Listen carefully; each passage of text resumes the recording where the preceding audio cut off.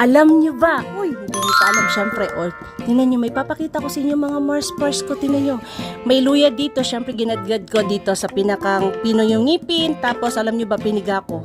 Piniga. Oo, piniga. Tapos, meron akong, tingnan niyo naman, 1 liter. Puro yan. Oy, purong honey. Yes! Purong honey. So, ang bili ko yata dito is 900. Natawaran ko ng 850. Pero ngayon, parang nagmahal na sa 1,000 plus na raw. So, nakatawad tayo pa. Ngayon, mas mahal na raw. Parang nasa 1K plus na. So, ito kasi, sabi ko sa nanay ko, nung nagpunta ako ng Pililya, sabi ko sa mama ko, magbawas ka ma, para meron ka dito. Lagyan mo lang sa rep. So, ito yung binawas niya. Ganyan lang karami. Day!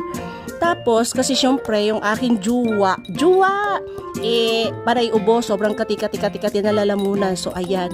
So, 15 ml lang to, tapos, yung katas na ng luya. The best to, mga Mars Pars ko, diba? Purong honey, saan ka pa?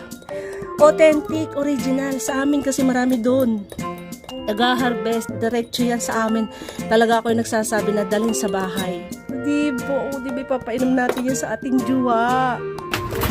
Diretso mo ha. May luya yan. O, inumin mo. Lasa. Nalasa mo yung luya. Yung katas. O, tuwing umaga, ay inumin mo.